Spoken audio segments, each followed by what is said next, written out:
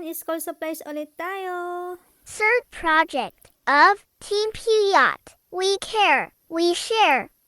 Hello guys, this is Team Puyat We Care We Share. So ito po ang third project po ng Team Puyat We Care We Share. At ito na nga po, namili na po ang ating ka-team ng Team Puyat We Care We Share, ang ating Vice President na si Sis Rhea de la Cruz, kasama ang kanyang mga kaibigan. So, sila po ngayon ang nag-organize para sa ating third project. At alam niyo po ba kung ilang estudyante po ang ating mabibigyan?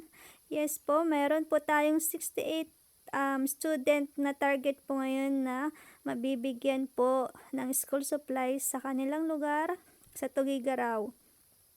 So, ito nga po ay hindi po magaganap o mangyayari kung hindi po sa tulong ng ating mga ninang na walang sawang sumusuporta po sa atin. At shout out po sa inyo, Ate Dory or Ninang Chodora H. Beach, kay Ninang Junalyn de la Cruz, kay Tita Lorna Tolentino, kay Ninang Mary Ann Hibit, at syempre hindi mawawala ang walang sawang sumusuporta din sa atin, sina Ninang Jane Samonte at Ninang Claudine Cabison.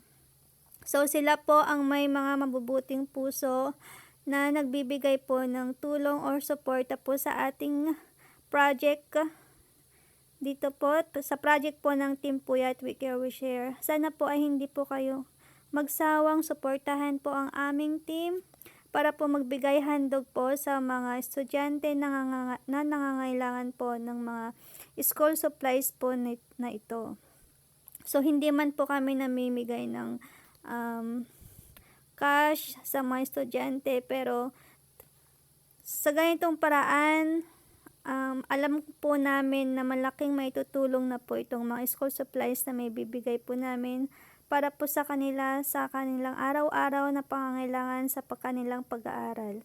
At alam ko isa po ito sa way para po magpatuloy po sila or galingan po nila ang kanilang pag-aaral sa kanilang school.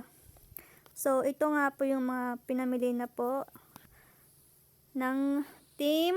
So ayan, thank you so much sa inyo, Sis Rhea, at sa iyong mga kaibigan, at sa mga sumusuporta po, lalong-lalo na po ang mga ninang ng Team Puyat. Sana po ay hindi po kayo magsawang tulungan po kami or suportahan. Sana po ay nandyan pa rin po kayo para samahan kami. Ayan, hanggang dito na lang po. Thank you for watching.